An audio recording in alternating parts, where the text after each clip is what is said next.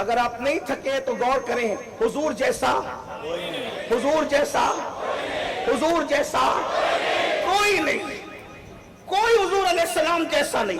لیکن اب ام المومنین سیدہ طیبہ طاہرہ صدیقہ بنت صدیق کہتی ہے میں نے حضور جیسا حسن اگر کسی میں دیکھا تو وہ ایک ذات۔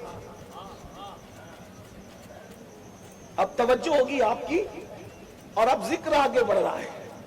اللہ اکبر، یہ ام المومنین سیدہ عائشہ صدیقہ فرما رہی، حضور علیہ السلام کے حسن کو میں نے ایک ذات میں دیکھا، اور صرف حسن نہیں دیکھا، چلنا بھی انہی کی طرح، بولنا بھی انہی کی طرح، اٹھنا بھی انہی کی طرح، بیٹھنا بھی انہی کی طرح۔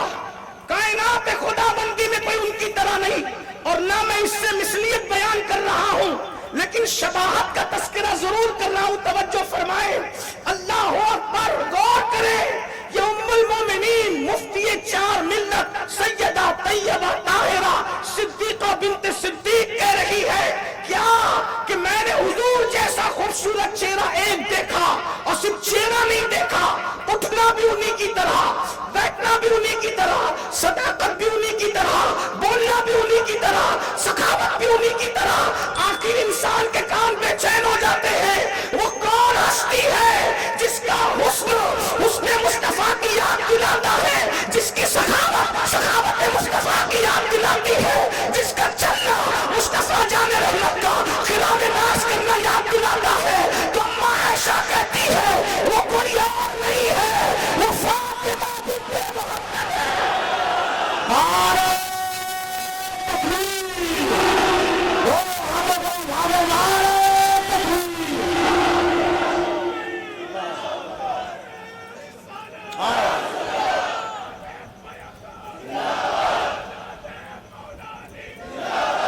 یہ حسنین کریمین کی امی ہے جو شبیہ مصطفیٰ ہے،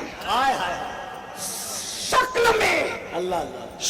میں سخا و جود میں، شکل میں سخا و جود میں باپ کی شبیہ ہے فاطمہ، شکل میں سخا و جود میں باپ کی کون فاطمہ الزہرا؟ مجھے عنوان دیا گیا پنجتن پاک، کون فاطمہ الزہرا؟ اگر میں یہ کہوں اس مجمع میں کہ فاطمہ الزہرا کا مرتبہ عرش کی طرح ہے تو بات کا حق ادا نہیں ہوتا، نہیں ادا ہوتا۔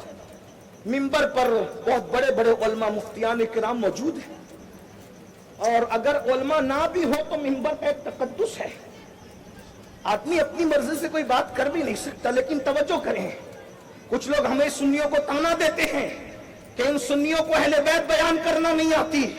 میں نے کہا خدا کی عزت کی قسم، سنی جس شان سے اہل بیت بیان کرتا ہے کسی کا باپ نہیں کرتا۔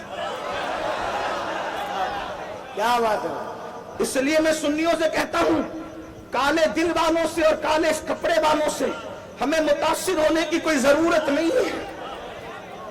ہمارے اپنی روایات ہے، ابھی آپ آگے سنیں گے، اور الحمدللہ 1450 سال سے جتنا سنیوں نے اہل بیت بیان کیا ہے اتنا کسی کا تصور نہیں ہوتا، اس لیے کہ 1450 سال سے تو ہم ہی ہیں۔ عادت بھی نہیں ہوئی تھی تب سے ہمارے اہل بیت بڑا جا رہا ہے۔